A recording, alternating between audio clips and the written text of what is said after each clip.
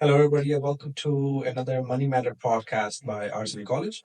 Today, we are diving into RRSP and how it can help you more than just the retirement savings. Joining us is our very own special guest, Mr. Usman Sadiq. Thank you, Usman, for joining us once again. Can we start with explaining what RRSP is and how it works? RRSP is a tax shelter plan. Um, if we see just how is a RRSP mean registered retirement saving plan, but it's often is a more confusion. Why? Because people think, oh, it's only for retirement available. So easy term is RRSP, or I can call it more of tax shelter plan rather than register retirement saving plan, because I don't want people to think about, okay, this is only for my retirement, because I like to highlight more how this is going to be used for other than the retirement. I've seen a lot of people emphasizing it on young people, that young people should start it early. Mhm. Is that the case? And why should young people care about it?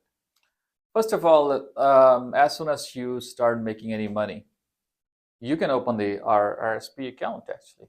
So, I mean, it's not any limits of the age there. So you can start making money, you file the taxes, and you can have it here. So I'll give you an example. My 14 years old son started making a little money. Okay, let's open up the registered retirement saving plan for him. Why? Because you have a long time period. If you start very early, you can even put $25 a month or $50 a month. It will grow a quite big, significant amount. Uh, Again, it goes back to the how you are going to plan for it. So, what exactly the purpose of registered retirement saving plan is? Is this going to be used for only retirement, or buying home, or for the education purposes? So, what type of investments should people look for when they are going for RRSP? Should they go for stocks? Should they go for like mutual funds? I mean, early stages, again, it's about your understanding. Firm believer, if you don't understand what is a stock, what is a mutual fund, then you shouldn't be investing into that. So you invest into the simples. You can go into the bank or anywhere else. They can open for you simple savings account. Normally, sometimes we call the term DISA, DISA. Well, this is just simply plan where you get a little bit interest. Get yourself educated. What is a mutual fund? What is a equity stock? And then you should invest into that one here, because the reason is you're quite young and you don't want to take very high risk. There's a good chances that you can lose the money.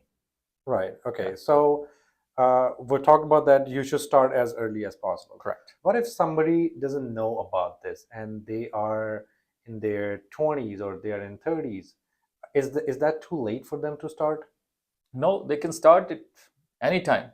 You can literally go today and somebody's 40 or even if I'm 50, so okay, you passed the age limits here. No, there's no, you can start it anytime, and try to understand the benefits associated with that.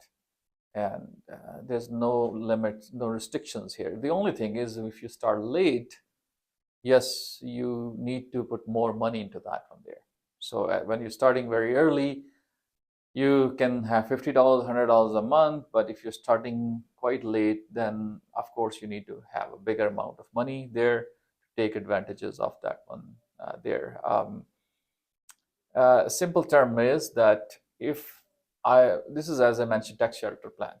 If I'm making $50,000 a year and I put $10,000 into the RRSP account, I'm going to pay tax only on $40,000 of the income, and that can save you some money into the taxes here. So that is basically the purpose. And if you see that, okay, what tax bracket I'm in a very big tax bracket. I'm going to pay quite a bit money in taxes. If I put $20,000 or $15,000, that can save me significant amount of taxes.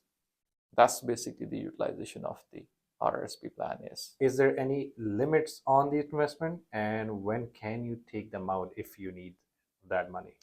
Normally, you can contribute till you are 71 years of age. Yes, you can take it out upon your retirement. So when you retire, you can sit down with your advisor and you can take more money about there. But again, I'm not going to talk more about retirement. I want to specifically talk about few areas which people ignore it in a way that okay, because people when you moment you tell people, oh, okay, register retirement saving plan, okay, it's too early for me to think about my retirement. I want to highlight how you can utilize the money for the education purposes, number one. Second, to buy your first home. These are the two areas we can look at that, and well, we can, as we're talking about the education plan, hardly see that the people say, okay, I'm going to take the amount from my RRSP account and use it for the education, and that's something I'd like to talk more about it. Definitely. So while we're talking about RRSP, Mhm. how about we also include LLP into this? Mhm. Can you please explain what LLP is? Yeah, so this is good. That's the area I like to highlight is a lifelong learning plan. So what exactly this is that you contribute to the RRSP account and you like to borrow for your education. So here's some of these great options available where you can borrow $10,000 a year, up to $20,000 total maximum, just for your education purposes here.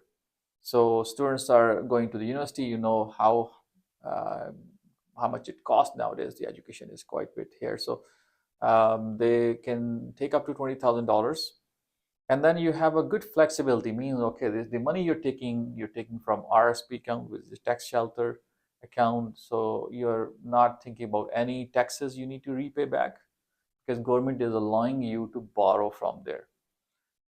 You borrow from there, and how are you going to pay it back basically? So you can borrow, and then after 5 years your payment term will start, and it's quite flexible. The money you borrow from your own account, now you're going to pay it back, and you have 10 years to pay it back. So if I have $20,000, I can pay $2,000 a year back to my RRSP account because I borrowed the money for there up to 10 years of that one here. And it allows you a lot of flexibility that to supplement your education. If the student is using LLP, Mhm. can they also use student aid along with LLP? Of course, yeah, student aid is not going to be impacted by that. So if I have a money into RSP account, I should borrow. That is a first source for me. For my education, I can, all I need is the proof. So let's say, for example, we have students that are interested to come to the RCB college, or they like to go to the any other institution, for example, SAIT. They need to have enrollment letter, proof that they are enrolling into the post-secondary education program. They can take it to the bank and they can borrow that money. So that's quite simple, and you get that, and then you can let student aid know that how much money you need additional to that money for your education. If you don't need any money for additional, you still like to take advantage of the grants available from the government. You're good for first year. You got the money, $10,000. That's your fees. You just put there your fees zero, and you can still apply for that. Government can give you some grants based on your income, and you can utilize those grants here. So student aid is not going to be impacted by lifelong learning plan here. So if I recall back here, if I notice that this is not the question being asked there, yes, there's few question being asked about the investment plan, the other one here in RSP.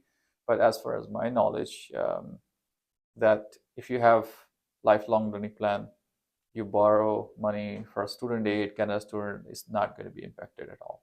Okay, that's good Yeah. to know. So, can you please also tell us what are the pros and cons of LLP versus student loans? Well, the pros basically is this is you study and you don't need to worry about paying back to the government here. Well, there's no interest involved. Oh, I have to pay it back this much money as a repayment. This is the money you borrowed from your account, which was tax shelter amount sitting in RSP account. You paid back, and to me, it's a more pros here. I don't see any disadvantages of the plan uh, versus in student loan. Yes, it helps you in education, but you have to pay back the amount of student loan. Yes, you get some grants which you don't need to pay it back. So there's advantages that you can save the money, you can grow the money, and then you can pay it back. Yes, the good question you asked about the pros and cons. So one disadvantage is the money you borrow is not able to grow. So you're borrowing from your account, maybe it was growing at the rate of 5 to 6% or 7% rate, and now you borrowed, it's not going to be growing. So you can lose some of the growth factor there. Right. Okay. So we were talking earlier about a home buyer's plan. Mhm. Can people also use RRSP towards buying a house? Yes, actually, you can you can use the RSP for lifelong learning plan, and later on also you can use it to buy your first home. So if you're buying your first home in Canada, or you are not the owner of the house for last 4 years, then this is called the first time home buyer plan, first time home buyer. So you have a registered retirement saving plan. You can borrow up to $35,000 for you, and if you have a spouse, they have the plan, and both of you are buying a house, you can borrow up to $70,000 from your registered retirement saving plan as a first time home buyer. And this is something a lot of people don't think about. I mean, thinking about, you are new to the Canada, and you both of you are working, and you have a desire that I like to buy my first home. You should start saving quickly into the RRSP account. You let your advisor know, the planner, whoever you're working with, that okay, my goal is to buy the house for up to $400,000 amount. How much money I need as down payment, and because you can later on buy up to $70,000. That's the availability of these registered retirement saving plan available for that one here. Well, how many people take advantage of these two, especially the home buyer plan? My banking career hardly see, only few, because we are so busy and working and doing some other work. Then we say, okay, RRSP, and there's some misconception about RRSP. Can people say, oh no, the RRSP is not good for you, it's not going to help you, but it will help you, especially when you're a newcomer to Canada. So yes, up to $70,000 you can borrow. $35,000 each person can borrow to buy your first home. Just to clarify for our viewers, who is considered a first-time home buyer? Yes, I mean, let's take example that if you're new, 2 years in Canada, 3 years Canada, this is the first time you're buying your home. Number one. Yeah. Second, I mean, if your last home purchase was more than 4 years ago, so you are here 10 years ago, you bought a house, and after this you sold the house, and you don't have that one here, then you are going to be eligible for that, the one there for your house, for the first time, the home buyer plan. That is makes you eligible here. And then of course you need to have a money available in your RRSP account. Got it. Okay. So you got the home buyer's plan from your RRSP as well. What is the repayment plan on it? Yeah, it's quite flexible that you have so for example, you're buying today 2025, you have up to 2 years. uh, then after 2 years you can start repayment plan.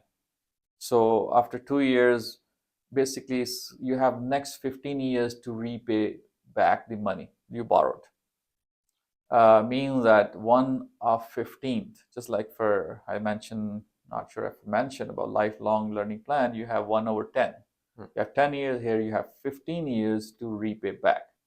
So if you borrowed $15,000 only, you are going to pay $1,000 a year. You can pay more if you want, but you have to repay all the amount back to the RRSP account. Now, if you don't think you are able to pay it back, of course, there's going to be tax consequences because it was tax sheltered amount. You took advantage. Then there's going to be some penalties available for that. So again, I don't want to go into that. I just want to tell everybody that you have 15 years flexibility that you can repay the money you borrowed from your own registered retirement saving plan. So I think we'll close this one on this one last question here.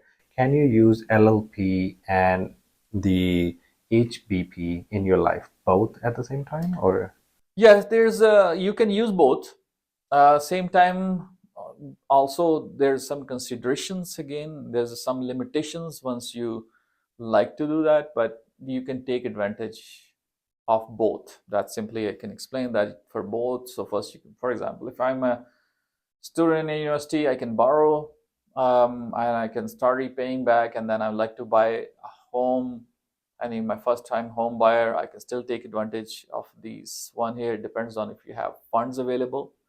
As I mentioned, advantages are there. You don't need to worry about paying back to the our interest, but you are paying back to your same account. The only disadvantage you have that you are stopping some of the growth, the one you were getting at the rate of 4%, 5%. So the money is not going to grow. That might impact your retirement plan down the road, but you have long, depends on long time horizon.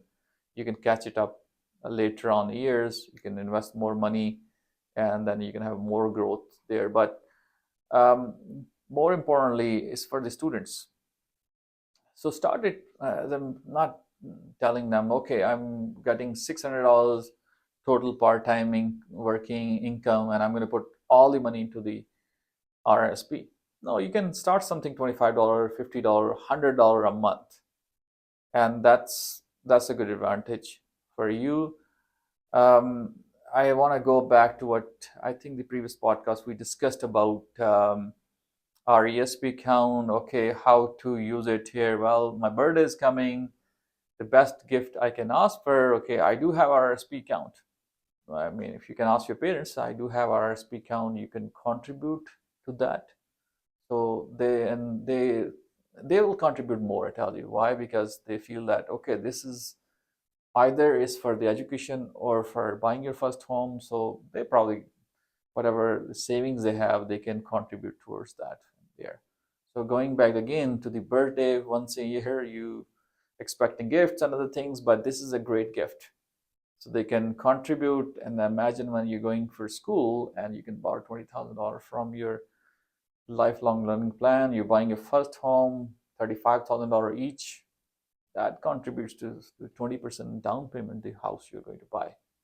So that gives you good relief rather than borrowing money or you buying on the 5% down payment, which is you have to pay more insurance to buy first home. Yeah. Yeah, definitely. So since this episode is catered towards our students, can you give any tips for the students on how to grow their RSP funds? All right, first, let's open the account. It's free. It won't cost you any money to open. Secondly, most important is um, see when you get paid.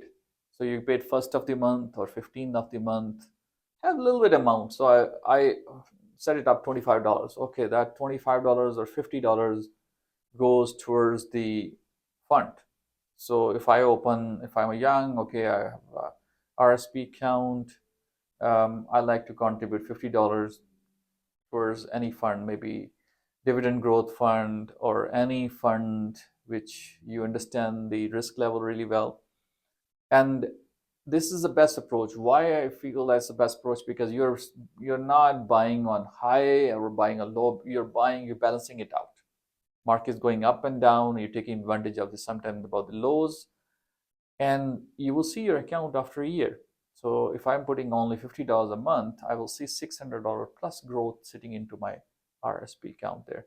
So have a systematic investment plan, discipline plan.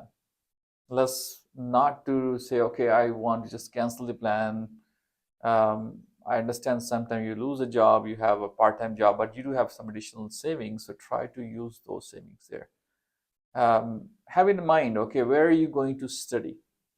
I'm going to University of Calgary. I will be taking that program or any other technical program. How much is going to cost me? It's going to cost me $40,000. Okay, so let's save $20,000 here in RSP. I can borrow, and $20,000 maybe you can get from student loan. So I don't have the big loan amount. there once I graduate. So then you have a pressure to find a job, and then you have a pressure to pay it back to the government, the student loan there. So let's stay disciplined. That's what we are focused on that. And once you have the account open, I think I tell you that your parents are going to admire their anybody knows that okay, it's good you have that, and the birthday amounts, let's reinvest into that. That's the only advice I tell the people here, that try to save money for that, because education is costing you more money. So of course you need to save more money. Perfect. Thank you so much for your time, Mr. Usman. Well, thanks for the opportunity. I think you guys are helping lots of students here, and I love this money matters here, and I hope we can continue looking at different topics and how we can help the students here. I think the closing thoughts from this podcast will be start early and be consistent. Thank you guys for joining us, and we'll see you in another Money Matters episode next week. Thank you.